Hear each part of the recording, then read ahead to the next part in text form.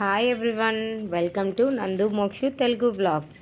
ఈరోజు మన topic money ఎలా సేవ్ చేయాలి, మన లైఫ్లో మనం సంపాదించే అమౌంట్ని ఎలా క్యాలిక్యులేటెడ్గా ఉంచుకోవాలి అన్నది చూద్దాం. ఎక్కువగా మనం సంపాదించే వయసులో తర్వాత వచ్చే ఖర్చులను ఎక్స్పెక్ట్ చేయడం చాలా తక్కువ మంది ఎక్స్పెక్ట్ చేస్తారు. అంటే రేపటి రోజున ఏం ఖర్చు వస్తుందో, ఎలా అమౌంట్ డివైడ్ చేసుకోవాలి అనేది. సో అందుకే మనం సంపాదించడం స్టార్ట్ చేసినప్పటి నుంచే క్యాలిక్యులేటెడ్గా మనం రిటైర్మెంట్ అయినప్పుడు దానికి కొంత అమౌంట్ని సపరేట్గా ప్లాన్ చేసుకోవాలి. మన పిల్లలు పెళ్ళైన తర్వాత వాళ్ళ చదువులు, వాళ్ళ భవిష్యత్తుకి సపరేట్ అమౌంట్ని క్యాలిక్యులేటెడ్గా పక్కన పెట్టాలి.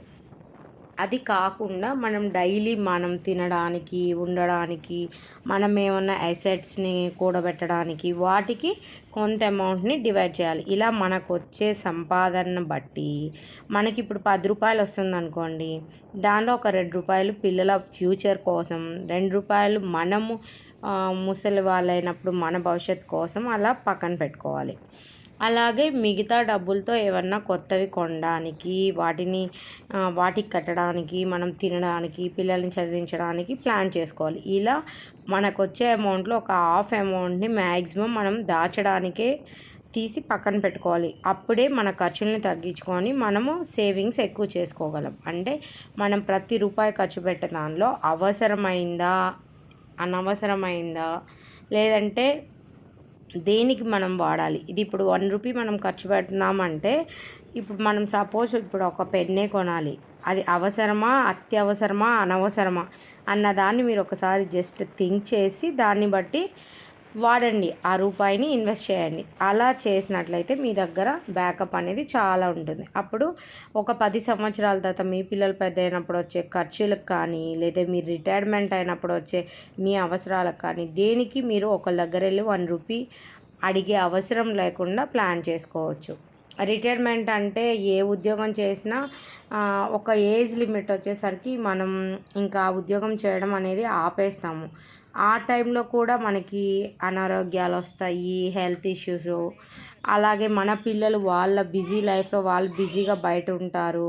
ఆ టైంలో మనల్ని ఎవరైనా చూడాలి అంటే మన దగ్గర అమౌంట్ ఉంటేనే. మన బాధ్యతలు అనేవి ఎప్పుడు తీరుతాయో ఎవ్వరికీ తెలీదు. రిటైర్మెంట్ అంటే జాబ్ నుంచి రిటైర్ అవ్వడమే కాదండి, మన పిల్లల బాధ్యతలన్నీ కంప్లీట్ చేసినప్పుడే రిటైర్మెంట్ అంటే మనం ఉద్యోగం నుంచి రిజైన్ చేసినప్పుడా, లేదంటే మన బాధ్యతలు తీరినప్పుడా, అలా ఆలోచిస్తూ పోతే ఒకదానికొకటి లింక్లోనే ఉంటాయి లైఫ్లో. సో నా దృష్టిలో అయితే రిటైర్మెంట్ అంటే మన బాధ్యతలు ఏవైతే మన షోల్డర్స్ మీద ఉంటాయో అవన్నీ మనం ఫుల్ఫిల్ చేసినప్పుడే మనం రిటైర్మెంట్ స్టేజ్కి వచ్చినట్టు.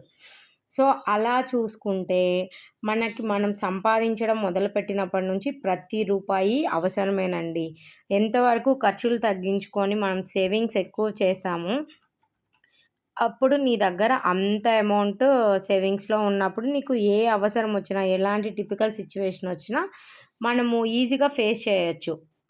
దానివల్లే ఆ మనీ లేకపోవడం వల్లే ఎక్కువ మంది చాలా ప్రెజర్స్కి లోన్ అవుతూ ఉంటారు. సో ఆ ప్రతి రూపాయిని మనం ప్రాపర్గా ప్లాన్ చేసుకుంటే యూ విల్ బీ సక్సీడ్ అండి. సో అలా మీరు ప్లాన్ చేసుకొని మీ లైఫ్లో ముందుకు వెళ్ళాలని కోరుకుంటున్నాను. అయితే ఇలాగే ప్లాన్ చేస్తాను.